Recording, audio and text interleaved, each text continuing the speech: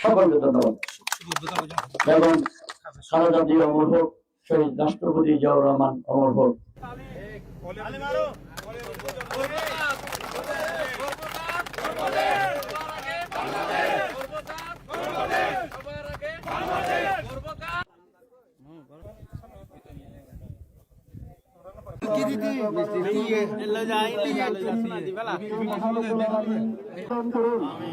দেশের জনগণের তথা ফরিদশরীফ নারফুল লালাগিনের সকল সর্বস্তরের জনগণের সেবাকে পরিত্যাগ করুন।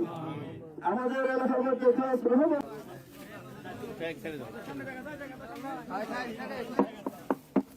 থেকে আমাদের বাংলাদেশ জাতীয়তাবাদী দল যে ৩১ দফা কর্মসূচির ভিত্তিতে আমরা যে বাংলাদেশের মানুষকে ঐক্যবদ্ধ করেছি, তার কাজ আমাদের ১২ তারিখের ভোটের আঙ্গুলের কালি না শুকানোর আগেই শুরু হয়ে গিয়েছে। যেমন ফ্যামিলি কার্ড, এটা নিয়ে অনেক কথা ছিল।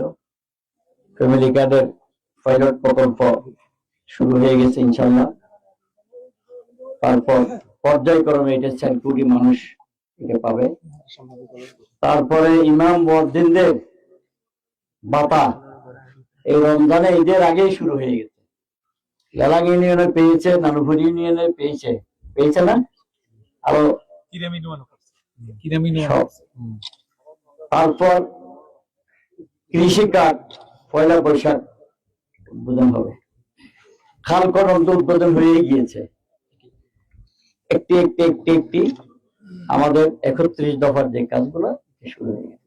এই খাল ফটিকছড়ি খাল, এই খালটা নানুপুরে বিশেষ করে ৭ কিলোমিটার, লালাঙে আছে ২ কিলোমিটার, কিরামে আছে প্রায় ২-৩ কিলোমিটারের মতো। ইনশাল্লাহ পর্যায়ক্রমে ফটিকছড়িতে ১০০টার উপরে প্লাস ছড়া আছে, খাল আছে। বিএডিসি খুব ভালোভাবে কাজগুলো করছেন। অনেক কালভার্ট আছে, কালভার্ট গুলো ওরা করবেন। ওরা খুব সিরিয়াস দেখতেছি কাজের জন্য। আমরাও তো কাজের লোক।